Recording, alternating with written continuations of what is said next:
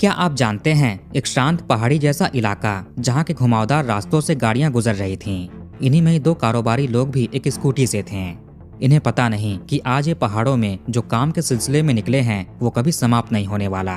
काफी लंबा सफर है जो पुलिस की जांच से शुरू होगा और कोर्ट में जज के सामने जाकर समाप्त। इस केस में ऐसी ऐसी चीजें हैं जिसने पुलिस को भी हैरान कर दिए थे। कई साल की मशक्कत के बाद अब जाकर परिवार को न्याय मिला। ये मामला एक समय पर अपने इलाके में काफी चर्चित था। हालांकि मीडिया में बहुत कम लोगों ने इसके बारे में बात की है। तो आइए समझते हैं इस पूरे केस को डिटेल में। नमस्कार दोस्तों, तो क्या हाल चाल है आपके। आज हम बात करने वाले हैं नाजिम अमरीन केस के बारे में। इस घटना की शुरुआत होती है उत्तराखंड के नैनीताल डिस्ट्रिक्ट के हल्द्वानी नामक शहर से। यहीं पर बनभूलपुरा एरिया में इंदिरा नगर ठोकर करके एक लोकेलिटी पड़ती है। इसी लोकेलिटी के वार्ड नंबर 21 गली नंबर 3 में एक शख्स रहा करते थे, नाजिम अली खान। उम्र करीब 46 साल के आसपास होगी। ये हल्द्वानी में ही पटेल चौक के पास साहूकार लाइन तोमर जी की दुकान के सामने कपड़ों का स्टॉल लगाते थे। ये सीजन के हिसाब से कपड़े बेचा करते हैं, खासकर महिला और बच्चों के कपड़े। गर्मी में नॉर्मल और ठंड में वुलेन। ठीक ठाक सा काम था, आमदनी भी अच्छी होती थी। वैसे घटना से करीब 36-37 दिन पहले ही इनका निकाह भी हुआ था, 27 नवंबर 2019 को। इनकी पत्नी का नाम है फौजिया खान, जो कि उत्तर प्रदेश के रामपुर डिस्ट्रिक्ट की रहने वाली हैं। नाजिम अली स्वभाव से काफी अच्छे थे, पारिवारिक आदमी थे।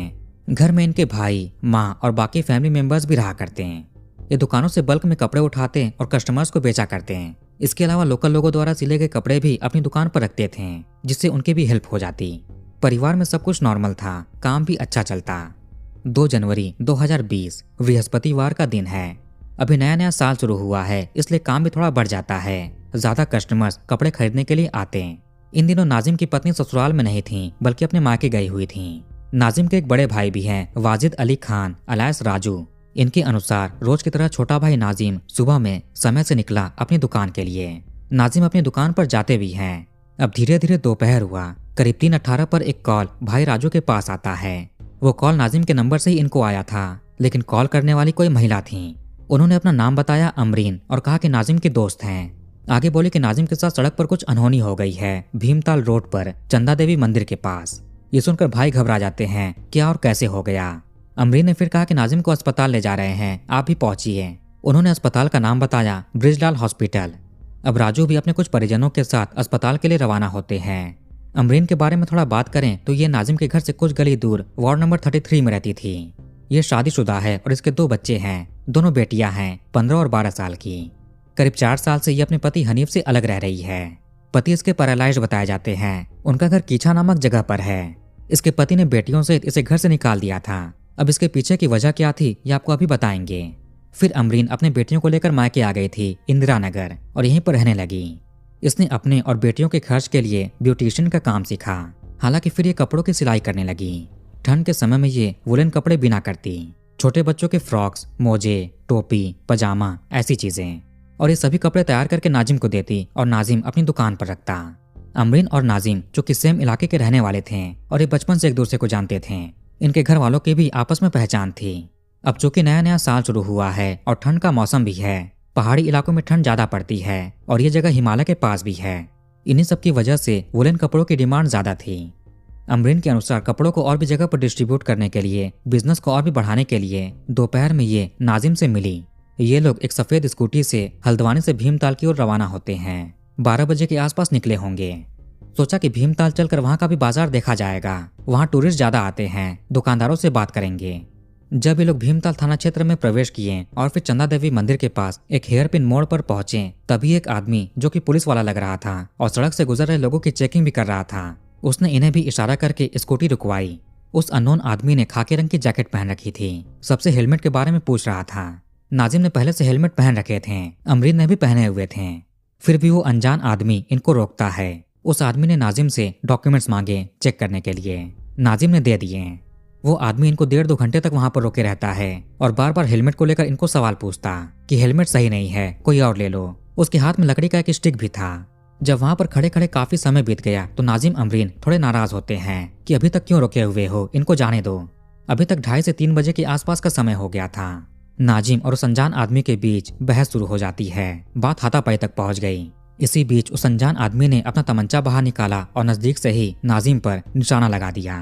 ये सब देखकर अमरीन भी हैरान रह जाती है। इन्होंने उस आदमी को पकड़ने की कोशिश की पर वो एक बाइक से था, अपनी बाइक लेकर यहाँ से भाग गया। नाजिम स्कूटी के साइड में जमीन पर गिर गए।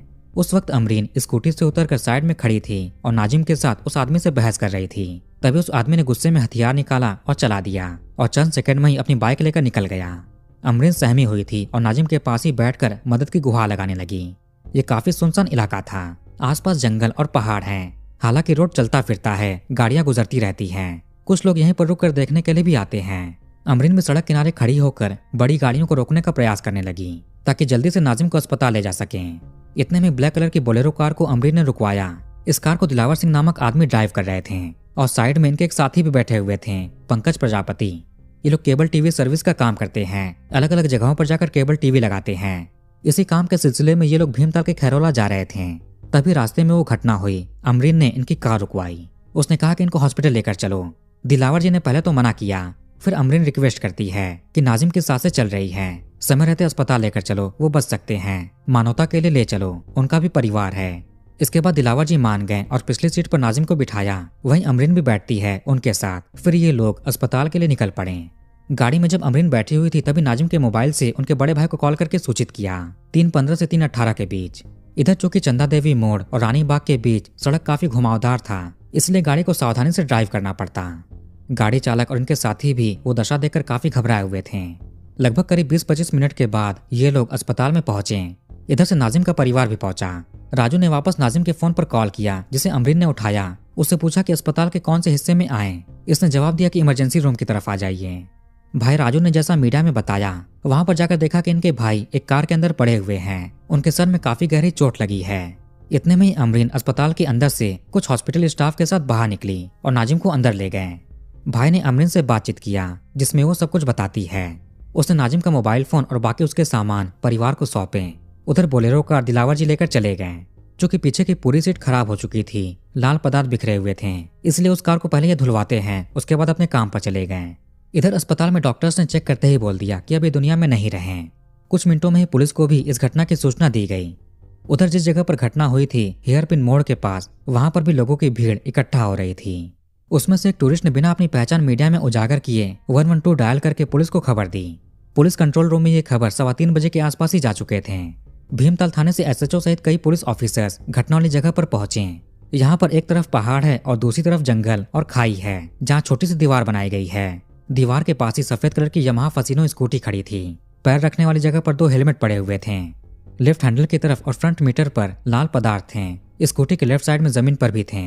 पुलिस ने फॉरेंसिक एक्सपर्ट्स को भी इस घटना के बारे में सूचित किया ताकि साइंटिफिक तरीके से एविडेंस इकट्ठा कर सकें। अस्पताल में काठ गोदाम की पुलिस भी आती है मामले को देखने के लिए। इनके पास भी सूचना आई थी। भाई राजू ने लिखित में पुलिस को एक तहरीर दी। हालांकि ये केवल 8वीं तक पढ़े हैं। घटना के समय इनका दिमाग काम नहीं कर रहा था। भाई के जाने से काफी दुखी थे, इसीलिए इन्होंने एक जानकार जाकिर से बोलकर वो एप्लीकेशन लिखवाया और भीमताल पुलिस के ऑफिसर्स जो अस्पताल आए थे उनको दिया। इसी के आधार पर भीमताल पुलिस स्टेशन में शाम के 4:10 तक 302 के तहत एफआईआर दर्ज की जाती है।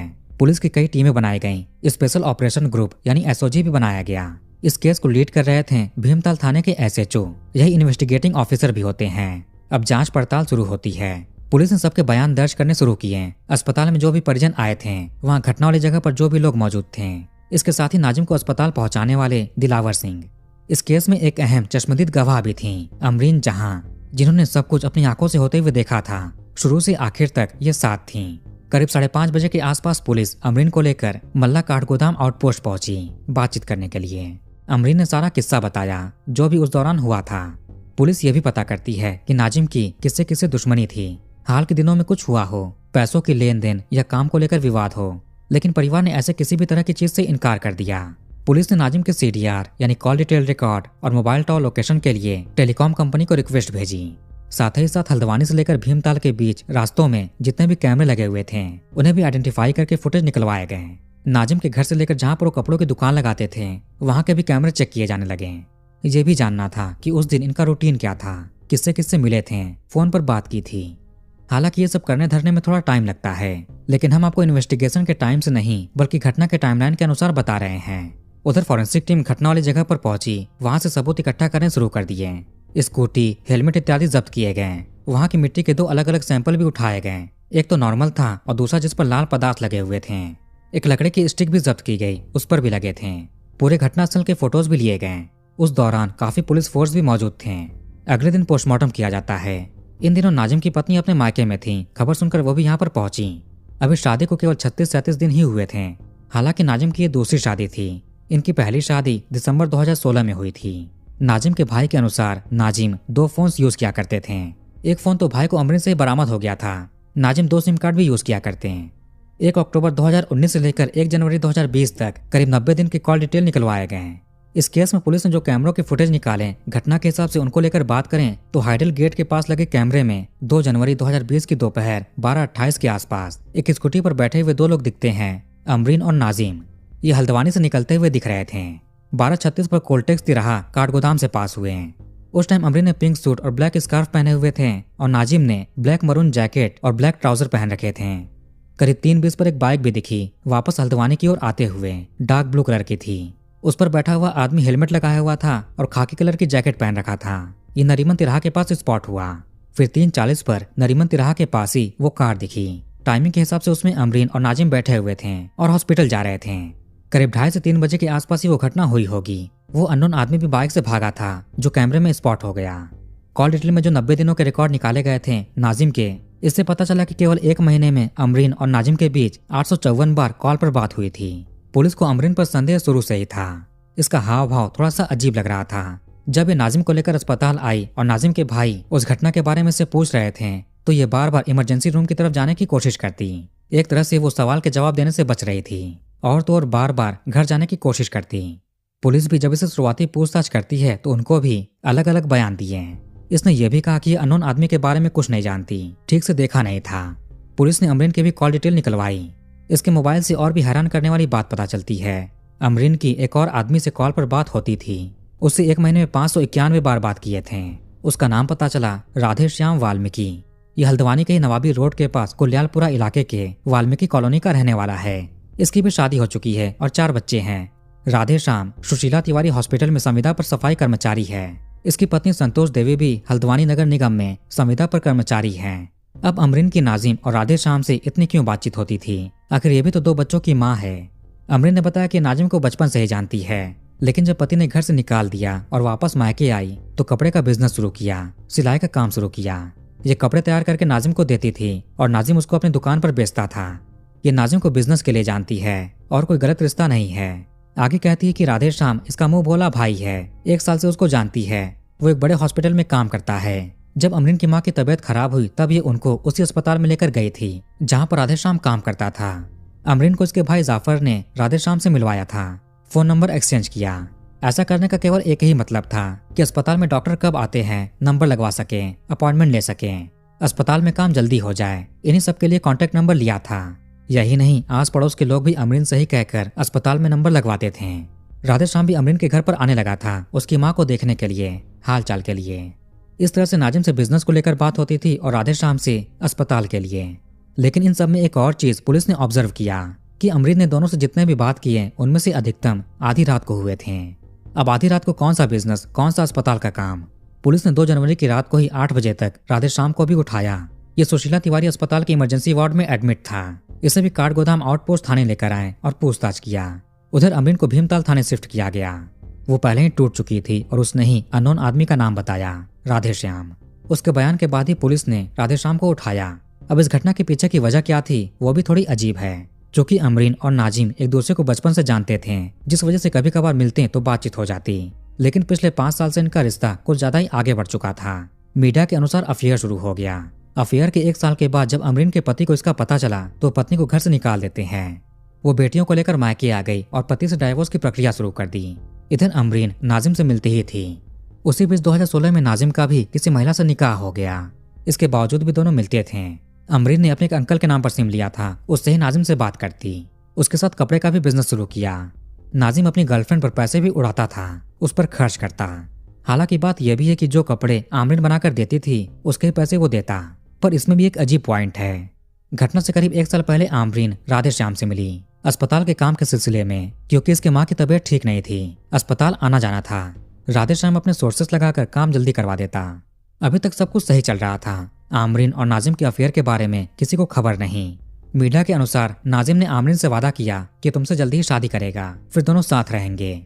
लेकिन घटना से करीब 4 महीने पहले आमरीन को पता चला कि नाजिम के घर वाले उसकी दूसरी शादी के लिए लड़की ढूंढ रहे हैं। इससे लगा कि यही शादी करेगी, मगर फिर पता चला कि उत्तर प्रदेश के रामपुर की कोई लड़की है, उससे ही निकाह तय किया गया है, डेट भी आ गई है। अब आमरीन काफी नाराज होती है। राधे श्याम से भी बात करते करते उससे गहरी दोस्ती हो गई थी, अपनी सारी बातें शेयर किया करती। मीडिया के अनुसार वो भी आमरीन को मन ही मन चाहने लगा था और इसके बारे में आमरीन भी जानती थी कि वो पसंद करता है। नाजिम के निकाह से करीब 15 दिन पहले आमरीन उसके दुकान पर गई, वहां पर हंगामा किया कि किसी और से शादी कैसे कर सकते हो, जबकि तुम तो इससे प्यार करते हो और शादी का वादा भी किया है। तब नाजिम ने उसको जैसे तैसे समझाया बुझाया और मामला शांत कराया। फिर नाजिम निकाह कर लेता है दूसरी महिला से। इन्हीं सब के बीच राधे श्याम ने आमरीन को एक देसी तमंचा दिखाया।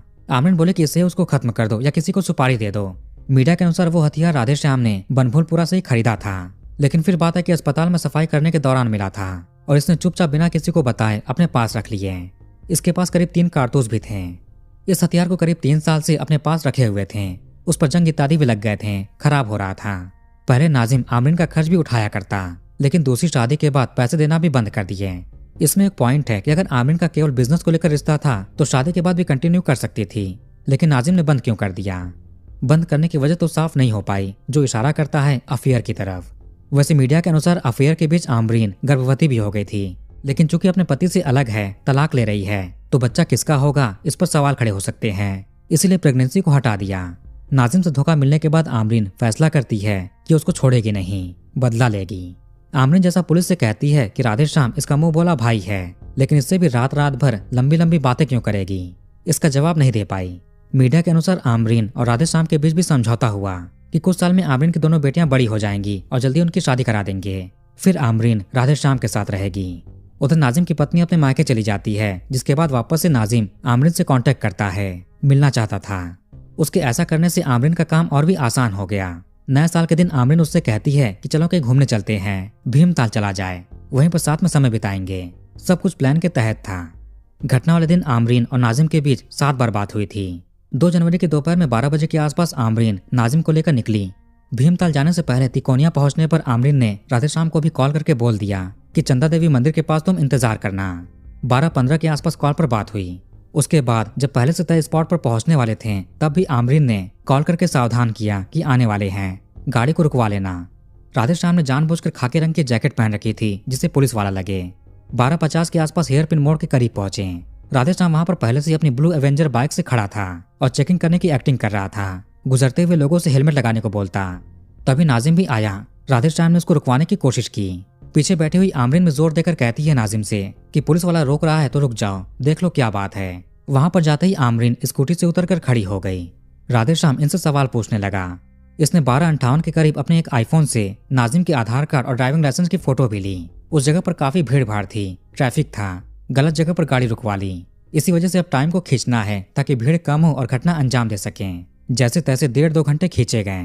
करीब 2:18 पर राधे श्याम ने आमरीन और नाजिम की भी फोटो ली। पुलिस ने जब आईफोन को जब्त किया तो उसमें सभी फोटोज मिलते हैं। फोटोज के मेटा डेटा और कपड़ों के पहनावे से भी लगा कि घटना वाले दिन ही लिया गया है। उसके बाद 2:30 से 2:45 के आसपास जब लगा कि भीड़ थोड़ी कम हो गई है तो राधे श्याम उससे गुस्से में बात करने लगा, जिससे मामला गर्म होता है। बात हाथापाई तक पहुंच गई। फिर उसने अपना देसी तमंचा बाहर निकाला और लेफ्ट साइड में कान के पास निशाना लगाया। उसके बाद तुरंत भाग निकलता है अपनी बाइक से। इधर आमरीन की भी एक्टिंग शुरू होती है। दिलावर सिंह की गाड़ी रुकवाई, उससे नाजिम को अस्पताल ले जाने लगी। मीडिया के अनुसार आमरीन घर से चाकू भी लेकर गई थी। जब लगे कि वो जीवित बच सकता है, प्लान फेल होने वाला है, तब ये मौका देकर उससे भी काम खत्म कर सके। जब ये बोलेरो कार में बैठी हुई थी, तब ये गाड़ी चालक यानी दिलावर सिंह से कहती है कि इसके पति हैं। लेकिन फिर नाजिम के ही फोन से उसके बड़े भाई को कॉल किया। उनसे कहती है कि दोस्त बोल रही है। यह बात दिलावर जी ने पुलिस और कोर्ट दोनों जगह पर बताई। आमरीन के चेहरे पर भी उतना कुछ शिकन नहीं था, जैसे कि ये दुखी लग रही हो। ये नॉर्मल लग रही थी। इधर ये नाजिम को अस्पताल लेकर गई, उधर राधे श्याम अपनी बाइक से गुलाब घाटी गया। वहां पर रोड के किनारे एक प्लास्टिक में देसी तमंचा, 2 कारतूस और एक खाली खोखा छिपा दिया। फिर सुशीला तिवारी अस्पताल जाकर वहां से अपना बैग लेता है। घर आकर कपड़े चेंज किए। जिन कपड़ों पर छींटे आ गए थे उन्हें अलमारी में छिपा दिया और फिर घर से निकल गया। ये राज पूरा होते हुए गौला पार गौला जा रहा था। तभी रास्ते में वहीं पर गिर जाता है। इसके चेहरे पर चोट लग गई। इसके बाद इलाज कराने के लिए वापस से अपने अस्पताल आया और इमरजेंसी वार्ड में एडमिट हो गया। पुलिस 3 जनवरी की सुबह 9 बजे के आसपास राधे श्याम को लेकर गुलाब घाटी जाती है। वहां से हथियार बरामद किए। घर से इसके कपड़े भी बरामद करके लैब भेजे गए। इसकी बाइक भी घर से जब्त कर ली गई। इस घटना के सामने आने के बाद राधेश्याम की नौकरी चली जाती है। पुलिस ने एक एक सबूत इकट्ठा किए।